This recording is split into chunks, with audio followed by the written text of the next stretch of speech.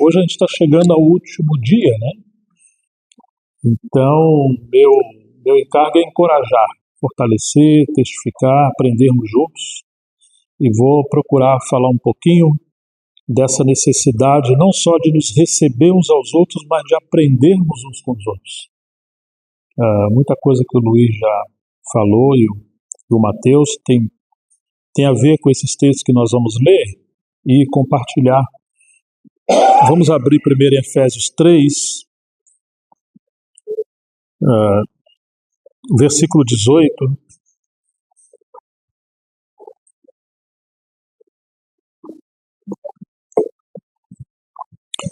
Que nos diz assim: isto para que com todos os santos vocês possam compreender qual é a largura, o comprimento, a altura e a profundidade, e conhecer o amor de Cristo, que excede todo entendimento, para que vocês fiquem cheios de toda a plenitude de Deus.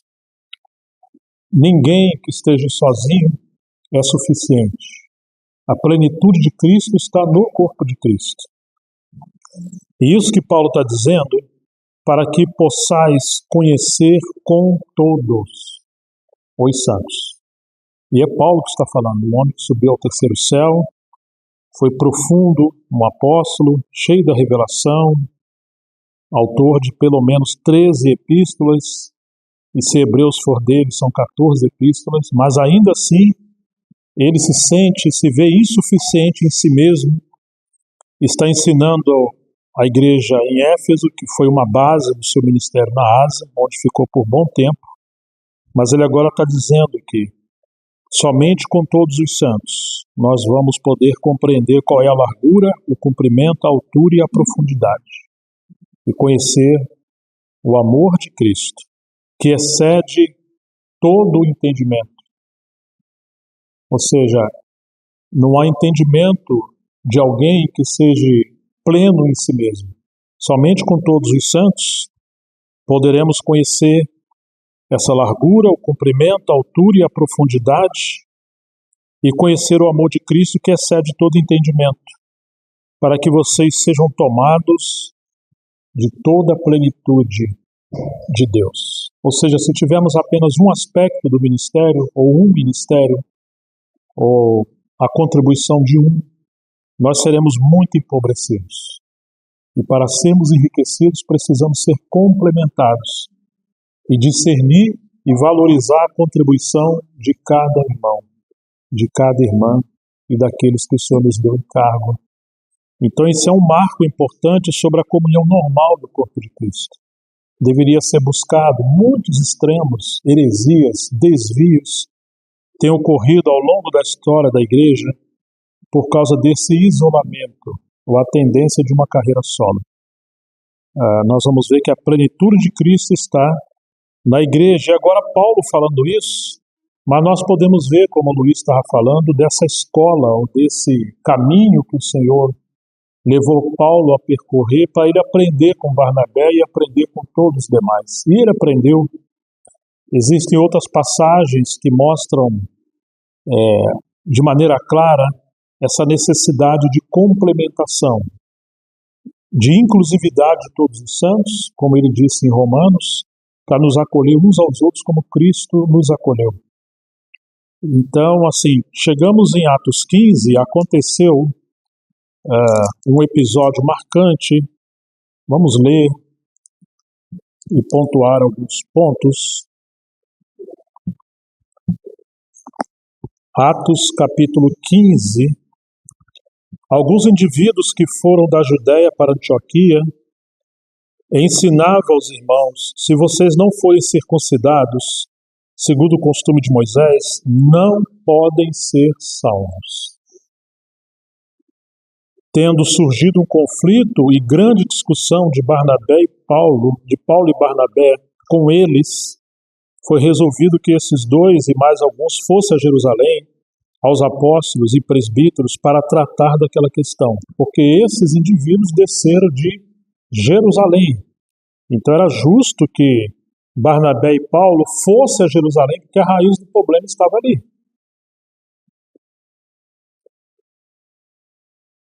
Encaminhados, pois, pela igreja. Paulo não se enviou, nem tampouco Barnabé. Eles foram encaminhados pela igreja, atravessaram as províncias da Fenícia e Samaria, narrando a conversão dos gentios, causaram grande alegria a todos os irmãos. Quando chegaram a Jerusalém, foram bem recebidos pela igreja, pelos apóstolos e pelos presbíteros, a quem relataram tudo que Deus havia feito com eles, mas alguns membros do partido dos fariseus que haviam crido se insurgiram dizendo: é necessário circuncidá-los e ordenar-lhes que observem a lei de Moisés. Então os apóstolos e os presbíteros se reuniram para examinar a questão. Havendo grande debate, Pedro tomou a palavra e disse. Apenas um detalhe: eles foram recebidos pela igreja, pelos presbíteros e pelos apóstolos, na comunhão.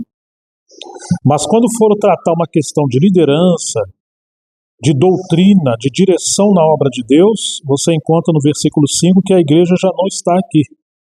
Ou seja, as ovelhas, o rebanho não foram expostos a esse debate, inclusive para não serem contaminados, influenciados.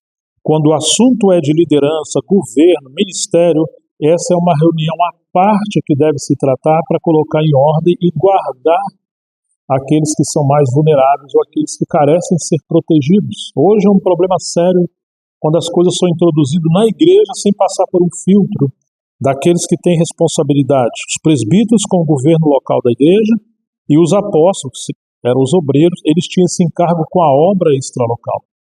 Então, antes de algo ser introduzido à igreja, deveria ter uma base de comunhão saudável para se conferir as coisas.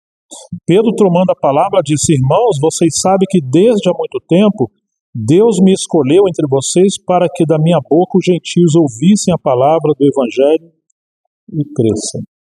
Pedro não está se autopromovendo, mas ele está voltando aos princípios, ele está contando história. Deus me escolheu, deu as chaves do reino para ele. Quem são vocês? Esses que saíram para divulgar esse novo ensinamento entre as igrejas. Quem enviou vocês? De onde vocês vieram? Quem referendaram? E Deus, que conhece os corações, lhes deu testemunho, concedendo o Espírito Santo a eles, como também o havia concedido a nós, e não estabeleceu distinção alguma entre nós e eles, purificando-lhes o coração por meio da fé. Agora, por que vocês querem tentar a Deus, pondo sobre o pescoço dos discípulos um jugo que nem os nossos pais puderam suportar, nem nós, mas cremos que somos salvos pela graça do Senhor Jesus, assim como eles. Então, esses que saíram de Jerusalém foram ensinar as igrejas dos gentios, se achavam superiores aos apóstolos, se achavam que todos estavam equivocados e que eles deveriam aprender com esses novos, com esses que enviaram a si mesmos, não foram nem escolhidos por Cristo e nem enviados pela igreja ou pelo colégio apostólico. Eles mesmos se enviaram. E toda a multidão silenciou, passando a ouvir Barnabé e Paulo. Uma identificação de autoridade, de ministério, que contavam quantos sinais e prodígios Deus tinha feito por meio deles entre os gentios, que esses que começaram a ensinar haviam desprezado, porque eles não poderiam ser salvos se não se circuncidassem, invalidando assim o sacrifício de Cristo, ou a salvação pela fé. Depois que eles terminaram, Tiago tomou a palavra e disse. Então você vê que nesse concílio, nessa base de comunhão, falou Pedro, falou Barnabé, falou Paulo e agora está falando Tiago. Havia uma complementação ministerial. Eles estavam aprendendo, testificando, conferindo uns com os outros aquilo que o Espírito Santo havia ensinado e eles haviam realizado. Você imagina se fosse só Pedro, só Paulo, só Tiago? Não. Você vê uma complementação porque a plenitude de Cristo está não simplesmente com Paulo, a parte do corpo, ou com Pedro, ou com João. Não, ele derramou porções, medidas, ministérios e distribuiu entre os santos. Eles agora estão conferindo, testificando as coisas de acordo com a palavra e se autopurificando uns aos outros, aprendendo e sendo corrigidos uns pelos outros. Tiago se levantou e disse: irmãos, versículo 13, né? Ouça o que tem a dizer. Simão acaba de relatar como primeiramente Deus visitou os gentios. Agora ele está confirmando o que Simão está falando. Ele não está dando testemunho dele. Ele poderia falar: olha, eu também estava lá no Monte da Transfiguração. Eu também estive no Getsemane. Eu também estive... Não. Simão testificou. É verdade o que Simão está falando, Simão Pedro. Como Deus, primeiramente, visitou os gentios a fim de constituir entre eles um povo para o seu nome. Com isso concordaram as palavras dos profetas, como está escrito. Agora ele vai validar, respaldar o que Pedro está falando, usando um texto do Antigo Testamento. Depois disso voltarei e reedificarei o tabernáculo de Davi, reedificarei as suas ruínas e o restaurarei, para que o restante da humanidade busque o Senhor juntamente com todos os gentios, sobre os quais tem sido invocado o meu nome. Diz o Senhor que fez estas coisas conhecidas desde os tempos antigos. Por isso julgo que não devemos perturbar aqueles que entre os gentios se converteram a Deus, mas escrever-lhes que se abstenham das contaminações dos ídolos, bem como da imoralidade sexual, da carne, de alimentos sufocados e do sangue, porque Moisés tem em cada cidade, desde os tempos antigos, os que o pregam nas sinagogas, onde é lido todos os sábados. Então pareceu bem aos apóstolos e aos presbíteros com toda a igreja. Está vendo que não tem isolamento, não tem espaço para ninguém seguir uma carreira solo. Para o seu bem aos apóstolos, que eram os pioneiros, os presbíteros, que representavam a liderança local, com toda a igreja, eleger alguns homens dentre eles e enviá-los a Antioquia, juntamente com Paulo e Barnabé. Foram eleitos Judas, chamado Barsabás, e Silas, que eram líderes entre os irmãos. Mandaram por eles a seguinte carta: os irmãos, tanto os apóstolos como os presbíteros, aos irmãos gentios em Antioquia, Síria e Cilícia, saudações. Visto sabemos que alguns que saíram do nosso meio sem nenhuma autorização, eles não foram enviados, eles não estão representando a comunhão do corpo de Cristo. Perturbaram vocês com palavras. Parece que eles eram os mais maduros, mas eles geraram perturbação. Não comunhão, consolação, unidade. Pareceu-nos por bem, chegados a plenos acordos, eleger alguns homens e enviá-los a vocês com os nossos amados Barnabé e Paulo. Homens que têm arriscado a vida pelo nome de nosso Senhor Jesus Cristo. Portanto, estamos enviando Judas e Silas, os quais pessoalmente lhes dirão as mesmas coisas, pois pareceu bem ao Espírito Santo e a nós. Não diz que pareceu bem ao Espírito Santo e a Pedro. Pareceu bem ao Espírito Santo e a Tiago. Não. Pareceu bem ao Espírito Santo e a nós. O Espírito Santo que habita no corpo. O Espírito Santo que testificava em todos os irmãos aquela direção que eles estavam recebendo. Então nós temos aqui o que alguém um dia chamou de coinocracia.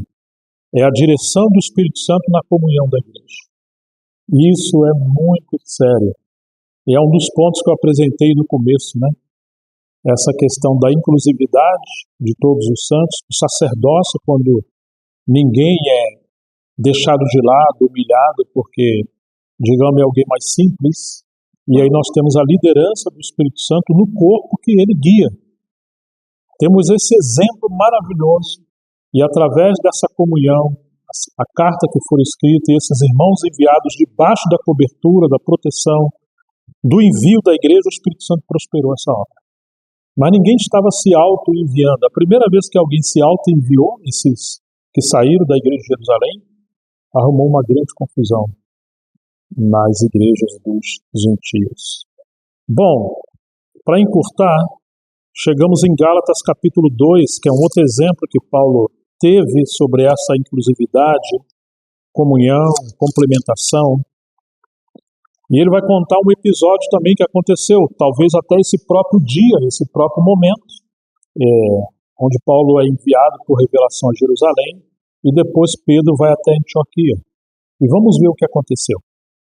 14 anos depois, Paulo falando da sua experiência, fui outra vez a Jerusalém com Barnabé, levando também Tito. Você vê que Paulo não está andando sozinho, ele está com Barnabé e um novo colaborador. Eu fui em obediência a uma revelação, e lhes apresentei o evangelho que prego entre os gentios, mas fiz isso em particular aos que pareciam de maior influência, para não correr ou ter corrido em vão. Paulo foi enviado por Deus, pregando o evangelho em Antioquia, junto com os outros irmãos, e agora, por uma revelação, ele tem que voltar a Jerusalém, onde um dia esteve e saiu, como nos relatava. Mas ele não foi pregar para a igreja, ele não foi ensinar os irmãos, ele foi expor o evangelho que ele pregava entre os gentios para aqueles que vieram antes dele. E qual é o propósito? Conferir se a sua carreira não estava sendo em vão, ou seja, se ele não está pregando e ensinando alguma coisa que não condiz com a verdade do evangelho. É isso que o texto está dizendo. Vamos ler de novo? Verso 2. Fui em obediência a uma revelação e lhes apresentei ou expus o evangelho que prego entre os gentios, mas fez isso em particular aos que pareciam de maior influência, para não correr ou ter corrido em vão. Quantos querem praticar isso hoje? Às vezes nós já temos mal querendo sair por aí, anunciando a todo mundo que temos a verdade. Vocês têm que aprender comigo. E aqueles que vieram antes de nós? E aqueles que estão na jornada antes de nós? É como hoje as jovens casam, ignoram seus pais muitas das vezes, os mais velhos, seja sobre filho, qualquer outra coisa, vai procurar no Google. Uma vez eu estava num lar e uma irmã tinha um neném bem novinho, de meses, as mãos roxinhas, canela roxa, cara roxa, pescocinho roxinho, estava um frio. E aquela criancinha sem a devida proteção, não estava bem coberto, bem vestido. Eu falei, minha irmã, essa criança não está com frio? Não, não está não. Eu li no Google que a temperatura da criança, mas estava um frio. E a criancinha chorando. Eu falei, olha, você me permite cuidar um pouquinho dele? Como com Miriam tivemos 3 filhos, não, tudo bem. E a gente agasalhou a criança e daqui a pouco parou de chorar, ficou tranquilo. Na outra vez estava um calor de matar, e a criança toda cheia de roupa, toda empacotada, suando, minha irmã, e chorando. Esse neném não está com muito calor? Não, porque eu li no Google. Eu falei, meu Deus. Eu falei, minha irmã, quantos filhos o Google teve?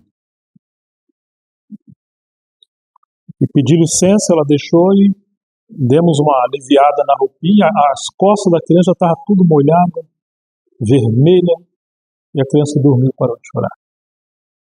Então é muito complicado e perigoso quando uma geração ela ignora as outras gerações, o que essas gerações aprenderam, e acha que agora ele é a ponta da lança da obra de Deus, e não está disposto a ter humildade para aprender uns com os outros. Algumas igrejas são assim, elas vão se isolando das demais igrejas, tomam decisões sozinhas e fazem como esses de Atos 15. Eles saíram com o seu próprio nome. Eu acho que tem que fazer aquilo na obra de Deus e vai. Mal sabe que se vai passando de cidade em cidade, está gerando dano de cidade em cidade. Não foi enviado. Não consultou aqueles que vieram antes. Não que nós temos um controle, nós temos liberdade para servir, mas é uma liberdade em Cristo que não promove desordem. Desordem, né? Então, Paulo está dizendo agora que ele foi a Jerusalém anunciar o que ele estava pregando, e olha que ele era um mestre, um poliglota, um erudito, e Pedro era um pescador, e Tiago e João também. Só que Pedro, Tiago e João eram pioneiros. O Senhor escolheu e deu as chaves do reino primeiro para Pedro. Pedro andou com Jesus junto com Tiago e João. Então, esse é um ato de quebrantamento, humildade, mas também de complementação. Deus não queria 2, 3, 4, 5 obras independentes. A obra de Pedro, a obra de Paulo. Não, o corpo é um só.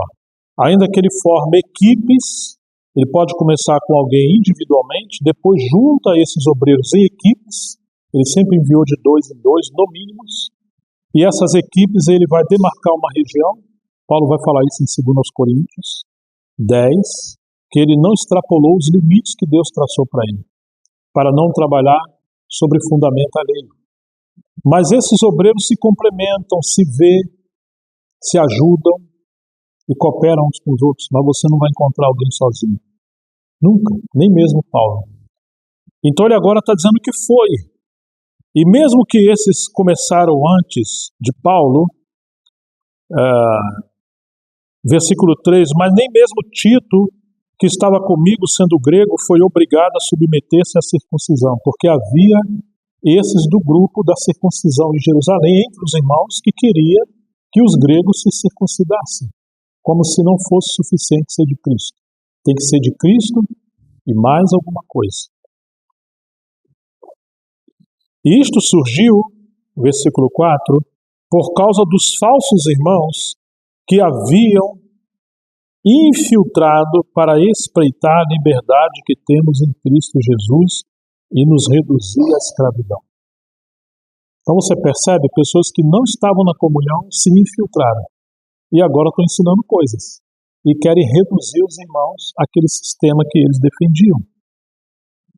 A esses, versículo 5, não nos submetemos por um instante sequer para que a verdade do Evangelho permanecesse entre vós. Então agora você tem a responsabilidade do ministério. Aquilo que era estranho precisou ser resistido para que a verdade prevalecesse. E quanto àqueles que pareciam, versículo 6, que pareciam ser de alguma coisa, o que eles foram no passado não me interessa, Deus não aceita a aparência do homem. Esses digo que pareciam ser de maior influência, para nada me acrescentaram. Pelo contrário, quando viram que me havia sido confiado o evangelho da incircuncisão, assim como a Pedro foi confiado o evangelho da circuncisão, pois aquele que operou eficazmente em Pedro para o apostolado da circuncisão, também operou eficazmente em mim para com os gentios. E quando reconhecer a graça que me foi dada, Tiago, Cefas e João, eles, que eram reputados colunas, estenderam a mim e a Barnabé a dessa de comunhão, a fim de que nós fôssemos aos gentios e eles fossem para a circuncisão. Somente nos recomendaram que nos lembrássemos dos santos pobres, o que também me esforcei por fazer. Então esses obreiros tiveram comunhão e apreciaram o que estava ensinando. Para ninguém estar ensinando algo raro do Evangelho. E agora eles deram a dessa de comunhão. E agora as igrejas souberam, não, nós realmente examinamos, conferimos, Deus levantou esses irmãos. E eles podem nos ajudar e nós podemos ser ajudados mutuamente. Agora as igrejas poderiam recebê-los. Já aconteceu de você que é pai, chegar na sua casa e encontrar um mendigo na sala, ou um estranho na sala? Quem é? Não, a minha filha viu, sentiu tanta compaixão dele e trouxe para dentro de casa e vai passar a morar conosco. Já aconteceu isso na sua casa? Não. E se acontecesse? Será algo muito estranho, né? Porque ela não representa o governo, ainda que ela é filha e tem liberdade, mas não tem liberdade para interferir na ordem da casa. Deve passar pelo crivo daqueles que são responsáveis. E ali, então, se poderá fazer algum arranjo. Mas que risco você botar um estranho dentro da sua casa, se você tem meninas, tem filhos, tem moças, você não sabe a procedência, você não sabe o risco que você está correndo em sujeitar a sua casa a isso. Você poderia ajudar, mas com responsabilidade. Mas me lembro quando uma das minhas meninas era pequenininha e viu lá uma imagem de um elefante tão lindo, um gigante. Falou assim, pai, arruma um elefante para o senhor pôr no meu colo. Tadinha, ela não sabe o que ela estava falando, ingênua. E assim somos nós, como somos crianças, a gente quer abraçar tudo, não vê maldade em nada, né? E a Bíblia diz para ser simples como a pomba, mas prudente como a serpente. Segundo o texto, versículo 11 do capítulo 2, quando, porém, Cefas veio a Antioquia, Então Paulo e Barnabé e Tito foram a Jerusalém. Agora, quando, porém, Pedro veio a Antioquia, resisti-lhe face a face, porque havia se tornado repreensível. De fato, antes de chegarem alguns da parte de Tiago, ele comia com os gentios. Quando, porém, chegaram, começou a afastar-se e, por fim, separou-se, temendo os da circuncisão. E também os demais judeus se fizeram hipócritas juntamente com ele, a ponto de o próprio Barnabé ter se deixado levar pela hipocrisia deles. Quando, porém, eu vi que não procediam corretamente segundo a verdade do Evangelho, eu disse a Cefas na presença de todos: se você que é judeu vive como gentio e não como judeu, por que quer obrigar os gentios a viverem como judeus? Você já imaginou isso aqui? Pedro era um pioneiro. E Paulo teve que resistir a ele por causa da verdade do Evangelho. Essa é a maneira de todos sermos guardados, sermos purificados, sermos complementados e não haver engano, equívoco entrando na comunhão dos santos. Em 1 João, quando João escreve suas cartas, o Evangelho e o Apocalipse, os demais servos de Deus, os 12 apóstolos, inclusive Pedro, já haviam morrido todos. Ele foi o último dentre os 12. Mas ainda assim, quando ele escreve, capítulo 1 de 1 a João,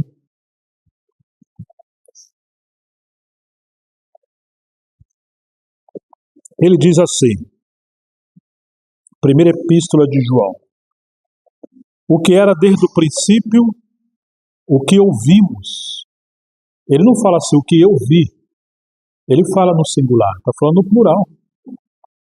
O que ouvimos, o que vimos com os nossos próprios olhos, o que contemplamos e as nossas mãos apalparam a respeito do verbo da vida. E a vida se manifestou e nós a vimos, e dela damos testemunho, e anunciamos a vocês a vida eterna que estava com o Pai e nos foi manifestada. O que vimos e ouvimos, anunciamos também a vocês, para que também vocês tenham comunhão conosco. Ora, a nossa comunhão é com o Pai e com seu Filho Jesus Cristo, e escrevemos estas coisas para que a nossa alegria seja completa. João está só como um apóstolo daquele colégio apostólico dos 12, mas ele nunca se refere a si mesmo sozinho. Ele está falando de um colégio, de uma equipe. Ele respeita a tradição que esse colégio apostólico recebeu. É isso que dava autoridade para ele também. Ou seja, por mais que João estava só, ele está subindo nos ombros e ele está dando sequência àquela comunhão colegiada que ele viveu. Jesus não chamou só João. Jesus chamou 12. E o que eles receberam coletivamente, não individualmente. Por mais que os outros companheiros já haviam morrido, ele está ressaltando aquela tradição apostólica. E as cartas que eles tinham se complementavam. Pedro vai falar, apesar de ter sido corrigido face a face por Paulo, ele fala acerca dessas coisas, os indoutos estão tentando torcer. Mas ele chama Paulo de amado irmão Paulo. E que Paulo falava aquela profundidade por causa da sabedoria que lhe foi dada. Pedro não tinha problema com Paulo, apesar de Paulo ter repreendido aí. Está na segunda carta, capítulo 3. Chama Paulo de amado e reconhece a sabedoria e a profundidade de Paulo. Então eles se complementavam, se apreciavam, se valorizavam uns aos outros. Vos anunciamos, vos recomendamos, para que tenhas comunhão, não comigo, mas conosco. E isso é a maneira do Senhor guardar-nos. Lembra a arca? Ela era levada por quantos levitas? Por um só? Não. Por quantos? Pelo menos 4. Se aquela arca era o testemunho do Senhor no Antigo Testamento, e é um tipo de Cristo, feita de madeira de acácia, que representa a sua humanidade, revestida de ouro, que é a sua natureza divina, como poderemos alguns dentre nós, e assim tem sido na história da igreja, achar que tem tudo. E a gente vai ver que os grandes hereges na história da igreja, no começo eram grandes mestres, mas porque se isolaram e não aceitaram ser complementados, entrou um espírito de erro. Então a obra de Deus ela é levada pela coletividade. Pelo menos 4 que representam o número de governo, de ordem. Temos 4 evangelhos, é no 4º livro da Bíblia que temos a ordem de Deus, os números, o equilíbrio. Em Efésios 4:11 temos aqueles 4 ministérios de apóstolos, profeta, evangelista, pastores e mestres, mas um apóstolo é alguém que foi enviado com um desses ministérios, mas você não vê eles andando só. E isso é a maneira de sermos guardados e complementados. Por isso que naquele começo em São Paulo, que eu apresentei princípios que eu estava procurando para poder me sujeitar e caminhar com a minha família, e congregar na igreja, eu procurei identificar esses princípios. Porque se quebrarmos um desses princípios, nós vamos cair em extremos. E é essa a história da igreja de 12.000 anos. Hernandes Dias Lopes, que é um pastor presbiteriano, mas um homem culto, um mestre, gosto de ler a literatura dele porque ele está sempre citando vários e vários servos de Deus e literatura ao longo da história da igreja. Parece que no Brasil é o que mais cita, é o mais coerente. Ele disse assim, ou a história da igreja vai ser a nossa coveira ou a nossa mentora. Se você não aprende com a história da igreja, ela vai ser a sua coveira, ou seja, aquele que sepulta. Os erros que aconteceram na história da igreja poderão se repetir entre nós, por ignorarmos o que Deus já fez na história da igreja. Nós precisamos aprender com a história da igreja. Muitas heresias no século XX e XXI foram tratadas no 3º, 4º, 5º século. Especialmente essa questão da Trindade e de outros aspectos das verdades centrais da fé. Mas às vezes abandonamos a história da igreja e achamos que temos um nível mais elevado do que 12.000 anos de história. Não temos nada para aprender com ninguém. E aí, quando isso acontece, nós acabamos nos deslizando no abismo da soberba, da vaidade e cometemos erros. Que Deus nos guarde dessas coisas, né? O livro de Romanos, capítulo 12,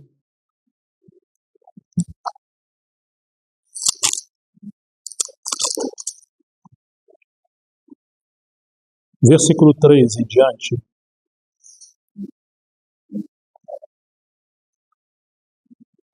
diz assim, porque pela graça que me foi dada, digo a cada um dentre vós que não pense de si mesmo além do que convém. Pelo contrário, pense com moderação, segundo a medida da fé que Deus repartiu a cada um. Presta atenção no que Paulo está dizendo. Nossa tendência é pensar sobre nós mesmos mais do que convém.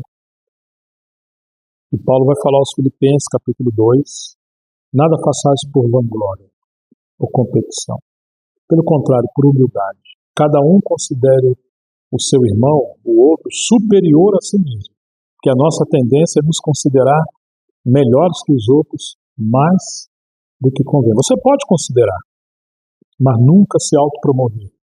E pense com moderação, porque nós somos desequilibrados. Não pense assim. E ele fala de uma medida da fé que Deus repartiu a cada um. Puxa, agora eu estou frito se eu quero andar sozinho. Por quê? Porque tem uma medida. Ninguém tem tudo. E ele segue assim. Porque, assim como num só corpo temos muitos membros, mas nem todos os membros têm a mesma função, nem todo mundo sabe tudo, nem todo mundo pode fazer tudo. Assim também nós, embora sejamos muitos, somos um só corpo em Cristo e membros uns dos outros. É muito comum escutar hoje, eu sou membro do corpo de Cristo. A igreja é o corpo de Cristo. Ah, legal. E você está ligado com quais outros membros? E às vezes a pessoa não está ligada com membro nenhum. Olha para o seu corpo. Seu pé sai andando sozinho? Ou seu pé sai do pescoço assim? Imagina a esposa de madrugada encontrar um pé 42 no pescoço. Ela vai dar um beijo no marido quando vem aquele chulé ali do lado. Não, ele está ligado ao lugar dele certo. Tem a perna, tem a canela, lá embaixo está o pé. Cada membro tem o seu lugar que Deus colocou. E cada membro tem uma medida. Ele tem autoridade conforme a esfera do seu serviço, mas ele não tem toda a autoridade do corpo. Quem são os membros que Deus colocou para você e eu andarmos juntos? Como é que nós podemos colaborar uns com os outros? E quando chegamos numa igreja, será que reconhecemos quem são aqueles membros que têm responsabilidade espiritual? Se você chega numa casa, tem uma porta, ou você arromba a porta como ladrão? Como é que nós lidamos com a casa de Deus? Que a Bíblia diz, Paulo fala para Timóteo, para que saibais como convém andar na casa de Deus. A igreja do Deus vivo, coluna e baluarte da verdade. Nós não podemos andar de qualquer maneira. Qual é a nossa medida? Com quem o Senhor nos vinculou? Como podemos trabalhar coordenados? E muitas vezes não queremos isso. E ele vai falar de medidas que Deus repartiu. E ele segue dizendo, versículo 5. Final do versículo 4 diz assim, embora sendo muitos membros, mas nem todos têm a mesma função. Assim também nós, embora sejamos muitos, verso 5, somos um só corpo em Cristo e membros uns dos outros. Temos, porém, diferentes dons segundo a graça que nos foi dada. Se a profecia, seja segundo a proporção da fé.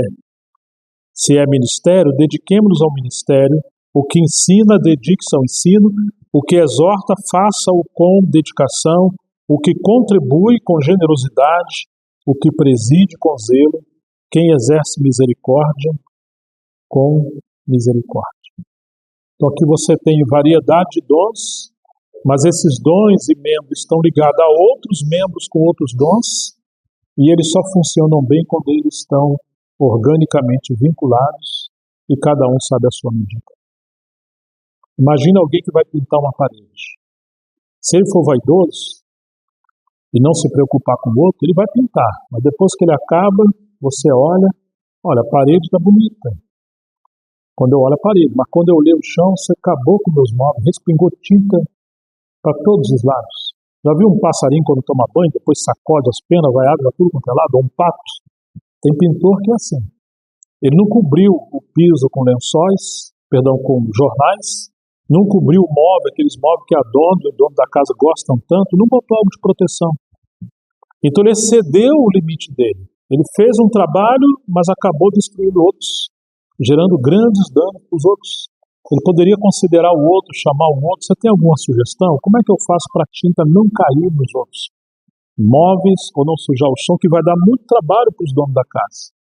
E às vezes nós somos assim, a gente trabalha, mas vamos além do nosso limite e quando a gente menos espera, estamos causando desordem. Como se a casa de Deus fosse uma favela, cada um faz o que quer. Não é uma democracia. Ela tem ordem, como disse Paulo, tudo seja feito com ordem e decência. Ele vai falar isso em outras linguagens, em capítulo 12 de 1 aos Coríntios, e aqui está o grande problema da igreja em Corinto, quando Paulo diz, versículo 12, 1 aos Coríntios 12, 12, porque assim como o corpo é um, e tem muitos membros, e todos os membros, mesmo sendo muitos, constituem um só corpo. Assim também é Cristo. Ele não diz que assim também é a igreja, para que ninguém veja a igreja fora de Cristo. Assim também é Cristo, ou seja, temos esses dois aspectos de Cristo. Ele ressuscitou como homem, e como homem glorificado, ele assentou-se à direita da majestade do Pai nas alturas. Mas o Espírito Santo foi derramado e fomos batizados para dentro desse corpo de Cristo, do qual ele é a cabeça. Como alguns usam o termo livre, Cristo no aspecto místico, não vou dizer que está errado, mas isso está se referindo ao corpo de Cristo. Ele fala, assim também é Cristo. Olha o seu corpo, é um só, mas muitos membros. Assim também é Cristo, ele é a cabeça, e todos os filhos de Deus que têm o Espírito Santo foram batizados para dentro desse corpo. Versículo 13, pois em um só Espírito, todos nós somos batizados em um só corpo, batizados em Cristo. Como vai viver uma vida individual? Como vai viver uma vida isolada? Como vamos desprezar o corpo de Cristo? Nós podemos ver os irmãos e irmãs, por mais simples que sejam, no plano natural, ou podemos fazer como Paulo em 2 Coríntios 5, que diz que se alguém está em Cristo, nova criatura é. De maneira que de agora em diante não conhecemos mais ninguém segundo a carne. E ainda que tivéssemos conhecido o próprio Cristo, agora que ele morreu e ressuscitou, já não o conhecemos dessa forma, porque ele está em glória junto com seu Pai. Então, se nós olhamos uns aos outros, num plano natural, gente, quem que é aquele irmãozinho, quem que é aquela irmã, quem é o Mateus? Mas quando nós olhamos como membros de Cristo, nova criatura, e aí habita o Espírito Santo, ele é um membro, ele tem uma função. Se você despreza um irmão, você está desprezando o próprio Senhor. E o problema é que quando alguém se acha superior aos outros, ele não reconhece ninguém, nem ao lado, muito menos acima. E agora cai o equívoco do orgulho, e diz a Bíblia que a soberba precede a ruína. E a honra vem com aquele que está numa posição de graça, de humildade. Então Paulo está dizendo, em um só Espírito todos nós somos batizados em um só corpo, quer judeus, quer gregos, quer escravos, quer livres, e a todos nós, não é para um grupo elite, não, todos nós foi dado beber de um só Espírito, a todos. Porque também o corpo não é um só membro, mas muitos. Se o pé disser, porque não sou mão, não sou do corpo, nem por isso deixo de ser do corpo. Se o ouvido disser, porque não sou olho, não sou do corpo, nem por isso deixa de ser do corpo. Se todo o corpo fosse olho, onde estaria o ouvido? Se todo ele fosse ouvido, onde estaria o olfato? Mas Deus dispôs os membros, colocando cada um deles no corpo como? Como ele quis. E nós às vezes queremos tirar as coisas de lugar como a gente quer. Como se a gente fosse a cabeça do corpo, né? Como ele quis. Se todos, porém, fossem um só membro, onde estaria o corpo? O certo é que há muitos membros, mas um só corpo. Os olhos não podem dizer à mão, não precisamos de vocês. E a cabeça não pode dizer aos pés, não preciso de vocês. Pelo contrário, os membros do corpo que parecem ser mais fracos são necessários, e os que nos parecem menos dignos no corpo, a estes damos muito maior honra. Também os que em nós não são decorosos, revestimos de especial honra, ao passo que os nossos membros nobres não têm necessidade disso. Contudo, Deus coordenou o corpo, concedendo muito mais honra àquilo que menos tinha, para que não haja divisão no corpo, mas para que os membros cooperem com igual cuidado em favor uns dos outros. De maneira que se um membro sofre, todos os membros sofrem com ele. E se um deles é honrado, todos os membros se alegram com ele. Que sabedoria do alto, né? Ora, vós sois o corpo de Cristo, e individualmente ou especialmente, nós somos membros desse corpo. Novamente a ideia que somos membros do corpo, mas especialmente estamos ligados uns com os outros. Não tem nenhum membro aí vagueando em órbita sozinho, como se fosse um satélite. Estamos vinculados. Vinculados para a comunhão, vinculados para a correção, nós todos precisamos ser equilibrados, vinculados para a proteção, proteção contra o pecado, proteção contra nós mesmos, que nós, quando estamos sozinhos, estamos muito mal acompanhados. Somos advogados de nossa carne, e isso é um problema. Proteção contra Satanás, proteção contra as heresias, proteção contra a venda de doutrinas. Irmãos, nós precisamos da humildade do Senhor para sermos protegidos no corpo de Cristo, escondidos no corpo de Cristo. Mencionei numa outra mensagem. Imagine seus olhos são bonitos. A pessoa se apaixonou por você, mas seus olhos é a menina de ouro. aquela coisa linda. Ele é bonito enquanto estiver no rosto ali. Mas se você tirar seus olhos e botar num prato, a cara vai ficar com aquele buraco ensanguentado, fica um horror. E os olhos cheios de sangue. Quem vai achar bonito aquilo? Ou seja, é o corpo que ressalta a beleza ou a virtude, e esconde as nossas debilidades. Não os nossos pecados. Mas quando nós estamos sem a cobertura e a proteção do corpo, toda a nossa debilidade, nossas feiuras são reveladas. E isso é um problema.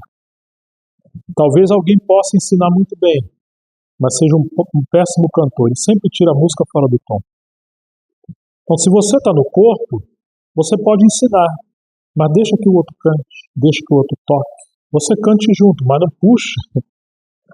Então, no corpo, nós somos protegidos. Aquilo que nós não temos, o outro tem.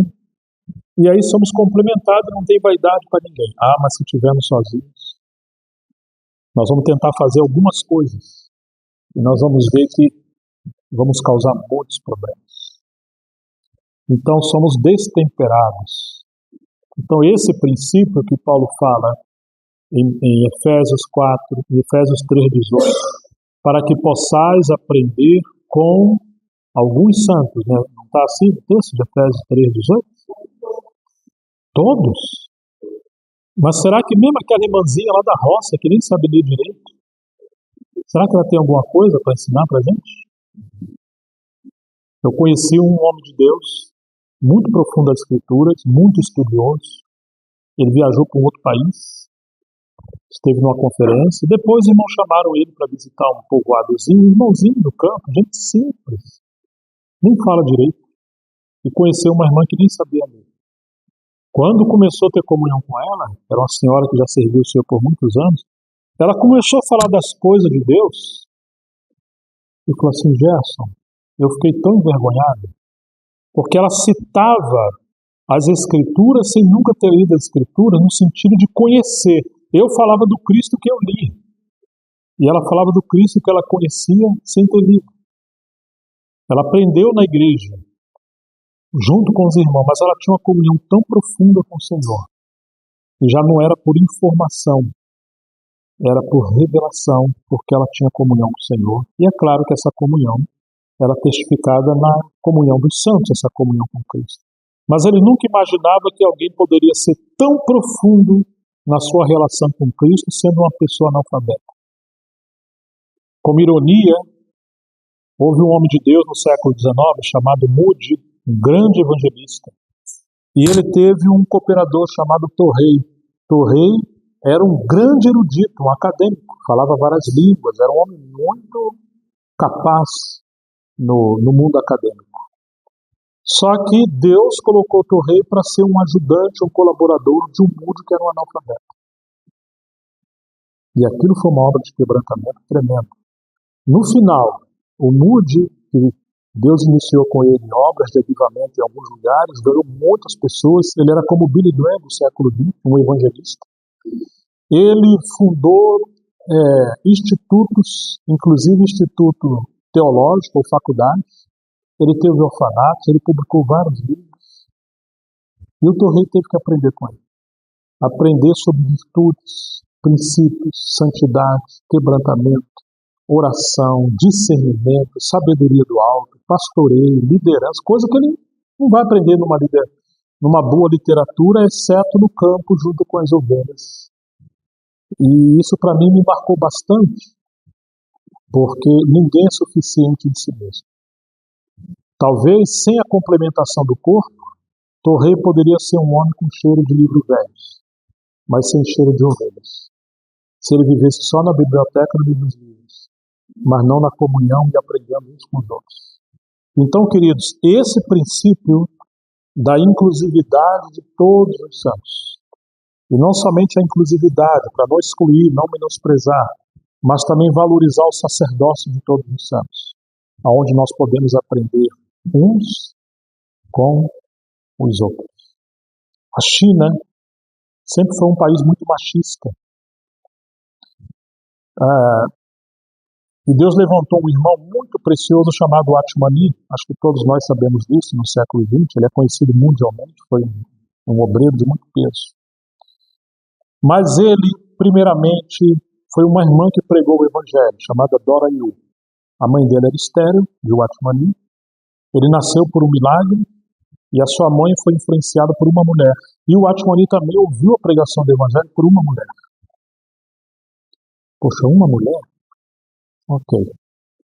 Ele foi crescendo e ele teve uma outra pessoa que o discipulou, que influenciou muito a vida do Atmani. Eu sei que alguém aqui sabe o nome dessa pessoa. Outra mulher? Outra mulher. E foi ela que apresentou as literaturas clássicas dos pais da espiritualidade e dos mestres dos Irmãos Unidos e muito da história da igreja, e ele passou a crescer com isso. Ok. Quando ele começa a ministrar a palavra, ele precisava de cooperadores também para trabalhar na sua literatura, porque suas mensagens precisavam ser escritas e depois publicadas. Deus enviou um cooperador. Mas foi uma irmã, chamada Ruth Lee. E ela veio chegando de navio, o Atmani estava longe assim do cais. Irmão Ni, você não vai receber? Eu falei, eu já recebi ela. Quando? Deus me deu uma visão, um dia antes, falando para ele receber essa irmã. Vocês estão entendendo? Quebrantando o Atmani. Bom, mas entre os grandes escritores existiu uma irmã do século XVII, no período pós-reforma, ou contra-reforma, como era chamado, que ela, vivendo dentro do contexto católico, foi perseguida, depois foi liberta, mas ela se tornou alguém muito profundo com Deus e escreveu várias obras que se tornaram clássicas. Quem é essa pessoa? Madame Guyon. E lá vai o Atmani aprender com ela. E depois, no seu mesmo século, houveram dois irmãos que falaram muito da mensagem da cruz. Uma se chamava Jessie Tourius. Não, outra irmã. E o outro foi Andrew Murray. Eram dois aspectos, um falava do aspecto negativo da cruz e o outro do aspecto positivo da vida que procede da cruz. Mas nós vamos encontrar pelo menos 5 membros do corpo de Cristo que estavam vinculados com todo o corpo de Cristo, mas que tiveram graça da parte do Senhor, conhecimento, sabedoria, não eram líderes da obra de Deus. Não tinha governo nem na igreja nem na obra. Mas elas tinham um cargo de compartilhar e de servir por meio da palavra, especialmente a palavra escrita. Ainda que houvera as convenções de Keswick, tanto na África do Sul como na Europa, e ali falavam os maiores mestres da época, mas existiu uma outra irmã chamada Mary Baxter, e teve uma outra que escreveu A Vida em um Plano Mais Alto. Esse livro foi publicado em português. O Christian Shane diz que essa irmã atingiu provavelmente o nível mais alto sobre a linha da espiritualidade. Ruth Paxson, outra irmã. Volta a falar, não são líderes, não eram presbíteras, nem bispas, nem apóstolas ou apostilas. Eram irmãs que conheciam Cristo e a palavra em profundidade e se tornaram colaboradoras. Agora, isso é uma forma do Senhor quebrantar o orgulho, quebrantar os extremos. E nós precisamos aprender uns com os outros. Quando o Senhor levou Andrew Murray para a África do Sul, porque ele é africano, mas ele viveu na Europa e herdou a teologia reformada, holandesa e escocesa dos seus pais. E ele era um cessacionista, ele não cria nos dons, na obra do Espírito Santo, como se tivesse encerrado no primeiro século, mas ele contraiu uma doença muito grave na sua garganta e não poderia pregar. E ele não foi curado pela medicina, mas ele ouviu falar que existiam pessoas que oravam e os doentes eram curados, e ele se rendeu. Isso estava acontecendo nos Estados Unidos, alguns avivamentos, aconteceu um avivamento no país de Gales, 1904 a 1906, e outros avivamentos, tanto na Europa, desde o século XVIII, com George Whitefield, John Wesley, e depois outros movimentos no século XIX, e também nos Estados Unidos. Então ele se rendeu. E ele buscou a cura, e ele foi curado. Isso mudou a teologia dele. Irrompeu um avivamento na África do Sul em 1860. Quando começou a ver uma obra maravilhosa, ele resistiu e quis orientar os irmãos a não receber isso. Um velhinho, um ancião, falou: olha, se isso que estiver acontecendo for a obra do Espírito Santo, que aconteceu em outros países, você não vai poder impedir. E aí ele foi diante de Deus, ele começou a considerar, e como ele foi curado, ele recuou. Então irrompeu um grande avivamento na África do Sul. Ele era o pastor de uma grande igreja, e ele trabalhou muito no campo missionário. Quando a obra de Deus cresceu muito, então ele não pôde contar tanto com os teólogos da Europa. Por quê? Porque lá você vai lidar com grandes potestades, feitiçarias, e só a doutrina não ia resolver. Precisava de poder, de revestimento, de discernimento e de dons diferentes. Ele trabalhou com crianças, com meninos, treinando eles, ensinando eles. E gente do campo. Vinha gente andando 1 dia, 2 dias, 3 dias a pé. Pessoas que nem sabiam ler. E ele treinava essas pessoas, elas se tornaram os obreiros e as pessoas, irmãos e irmãs, que cuidariam das assembleias locais. Ele levantou cerca de 1.000 obreiros. Muitos deles ele começou quando eram crianças. Quando elas eram crianças. Então nós temos histórias assim de como que Deus apoia o sábio na sua, entre aspas, sabedoria. E ele resiste os soberbos, dá graça aos humildes. Depois de tudo isso, apesar de ele ser um homem muito profundo na palavra, ele sai de um grande centro, uma grande igreja, e vai viver nas montanhas onde tem as parreiras. Já ancião, ali ele começa a escrever mais ainda os seus livros de forma devocionais. Então ele começa a falar da videira. Ele tem um livro chamado Com Cristo na Escola da Oração, a Escola da Obediência, Humildade, Como Criar Seus Filhos para Deus, o livro de Hebreus, são considerados clássicos. Ele tem cerca de 240 obras, entre livros, artigos, textos, reflexões. Dentre estes, 5 são considerados grandes clássicos da história da igreja. Mas ele aprendeu no meio de gente simples, no campo, e teve, apesar de ser um grande erudito, ele teve que escrever como se estivesse escrevendo para crianças, de forma devocional. Isso aconteceu também com John Wesley. Ele escrevia os seus sermões e antes de pregar, ele lia para sua empregada, sua secretária em casa. Ela era do campo e não sabia ler, não tinha estudo. Então ele lia para ela. Se ele percebesse uma ou outra palavra que ele não entendeu, ele ia lá e simplificar mais ainda a mensagem. Porque o propósito dele era fazer as pessoas compreenderem a palavra. E não foi isso que Paulo falou quando ele esteve entre os coríntios? Não quis falar em linguagem de palavras de persuasão. Apesar de ser um grande erudito, Paulo se esforçou para falar em linguagem simples, para que a fé dos irmãos não se apoiasse em homens, mas sim no poder de Deus. Então, queridos, quando olhamos essa questão da inclusividade e do sacerdócio de todos os santos, a gente poder valorizar cada irmão, cada irmã, mesmo as crianças, por mais simples que seja, e não se achar superior a ninguém, e valorizar aquela porção que cada um de nós temos. E mesmo sendo uma igreja local, numa localidade, o cuidado para não virar uma seita. O que eu quero dizer? Um localismo, uma igreja exclusivista. Ainda que a prerrogativa, a direção seja local, mas temos o cuidado para não nos mover separadamente dos irmãos. E a gente passa a ser muito crítico, muito negativo e tomar decisões que envolvem a obra de Deus. Quando as coisas estão acontecendo na nossa localidade, ali temos responsabilidade. Mas quando é um movimento que sai para outras esferas, outras localidades, já é uma esfera mais ampla da obra de Deus. E Deus colocou irmãos com esse ministério de servir as localidades. Aí deveremos tomar conselho. Deveremos convidar aqueles irmãos que têm ministério diferente do nosso, para sermos enriquecidos, protegidos, aconselhados, no lugar de tomar decisões sozinhos. Lembra o que acontecia no primeiro século?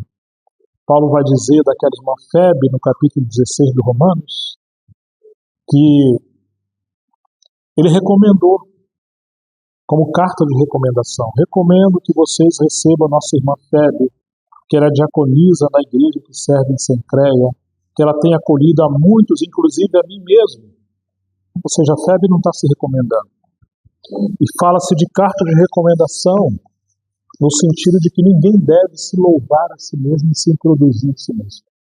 Jesus falou assim: se eu dou testemunho de mim mesmo, meu testemunho não é verdadeiro. Ele é. Outro dá testemunho de mim. E o Pai também dá testemunho de mim. Jesus precisou de João Batista, o seu precursor, para introduzir. Quando perguntaram a ele: com que autoridade você faz isso? Ele falou: eu vou fazer uma pergunta. O batismo de João é do céu ou dos homens? Porque se eles falam que é dos céus, por que vocês não foram batizados? E se eles reconhecem que é dos céus, que João Batista é um homem enviado por Deus, é o anjo que havia de vir, preparando o caminho, então já estava respondido a autoridade dele. Ela vem desde os pais e chegou a João, e João introduziu ele. Então Jesus não se auto-introduziu. Ele foi batizado, e João Batista preparou o caminho para que Jesus pudesse desenvolver o seu ministério. Mesmo o nosso Senhor. Paulo, quando enviava colaboradores, ele recomendava esses colaboradores. Mas quando você encontra Atos 15, alguns saíram da igreja em Jerusalém sem terem sido enviados por ninguém. E tentaram fazer uma obra não em comunhão com os irmãos e geraram grande dano. Então é muito importante esse princípio da inclusividade, da comunhão, do companheirismo, não tomar decisões sozinhas, não tomar decisões isoladas. Uma vez falei para um irmão bem maduro, muito antigo, com muitos livros publicados, mas surgiu um assunto novo, difícil. Nefilins, anticristo, de onde vem, uma série de coisas. E ele pregou no meio da igreja, um lugar onde eu que havia apresentado. Eu falei: meu irmão, eu gostaria de sugerir e aconselhar, inclusive. Se você quiser alugar um local com seu dinheiro e apresentar suas ideias, não tem problema nenhum, vai quem quiser. Agora, a gente usar as ofertas dos santos para fazer da igreja como se fosse um laboratório da nossa experiência, não. Os irmãos contribuem e convidam e ofertam também, mas para a causa e os interesses de Cristo por meio do Evangelho. Então eu sugiro que antes de apresentar essas novidades, a igreja possa se chamar os irmãos que têm responsabilidade espiritual com as igrejas, obreiros e os presbíteros locais. E nós podemos ter comunhão para nos proteger, inclusive validar: mas isso aqui realmente é do Senhor, então nós vamos apoiar. Mas nunca introduzir essas coisas da maneira que está sendo introduzido. Nós precisamos desse nível de companheirismo, de proteção, que às vezes as coisas são do Senhor, mas quem nos recomendará? Né? Então, quando Paulo está falando dessas coisas, e ele fala da sua correção a Pedro, desse andar juntos, e depois ele vai falar, e João também fala, João chega a dizer: olha, se alguém chegar entre vocês e não trouxer essa doutrina, que é a doutrina sobre Cristo, vocês não podem saudar, nem receber em sua casa, porque quem recebe tem parte com as suas mais obras. Então Pedro vai falar de falsos profetas, falsos mestres. Paulo vai falar, ele deixou Timóteo em Éfeso, como está em 1 Timóteo 1,3, a fim de exortar os irmãos que ele estava ensinando a não ensinar outra doutrina que mais promove contendas e divisões do que a edificação de Deus pela fé. João também vai falar. Todos eles falaram que os últimos dias seriam dias de muito engano. Então, nós precisamos estar protegidos pela cabeça, na comunhão do corpo de Cristo, e termos uma vida aberta para sermos examinados, sermos confirmados e recomendados. Então, quando não temos esses princípios, é perigoso. Todos nós estamos vulneráveis. Qualquer igreja, qualquer irmão, qualquer obreiro, quem quer que seja. Deus tenha misericórdia de nós e nos guarde. Falei para os irmãos que eu sou um editor, né? Por misericórdia de Deus. E aí quando alguém apresenta lá uma literatura, eu falo, quem fez o prefácio? Quem recomendou? Quem deu testemunho? Vamos nas últimas páginas. Tem uma bibliografia. Quais foram as fontes que esse irmão aprendeu, leu e recomendou? Ele não cita ninguém. Isso é uma maneira de nos proteger. Quando você está num lugar, falava para o Luiz, lá no seu hotel lá, o hotel que você trabalha, se for contratar um jovem e tal, vocês pedem currículo? Parece que sim, né? E lá na sua empresa, Matheus, será que pede um currículo? Bem criterioso? Irmãos, nossa vida tem que ser assim. Nós precisamos ser recomendados, ter bons antecedentes, sermos pessoas de confiança e a nossa vida ser um histórico. Não somos querubins vagueando nos ares. Nós somos cristãos, membros do corpo de Cristo, ligados nesse corpo uns com os outros e protegidos uns pelos outros. Então, quando servimos, não estamos servindo em nosso próprio nome. Nós estamos servindo em nome do Senhor, mas respaldado na cobertura de todos os nossos companheiros e o corpo que nos envia. Alguém precisa nos enviar. A igreja precisa nos enviar. Então, que Deus nos ajude. Essas coisas que me propus a compartilhar são coisas mais práticas, né? Especialmente esse ponto agora, né? Como podemos caminhar como uma igreja bíblica e espiritual, porque nós temos experimentado com tristeza muitos problemas em muitos lugares.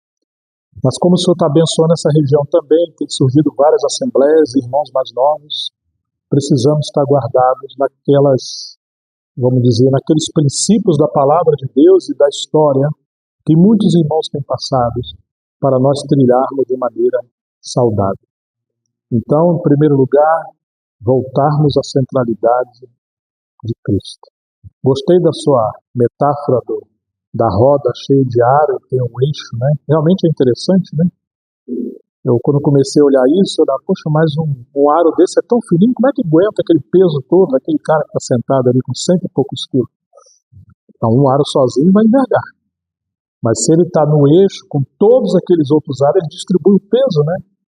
E assim somos nós. Se estivermos centralizados nesse eixo de convergência que é Cristo, só Ele pode suportar o peso e nós estamos nele. Mas ai daquele que andar sozinho, ele vai ser esmagado.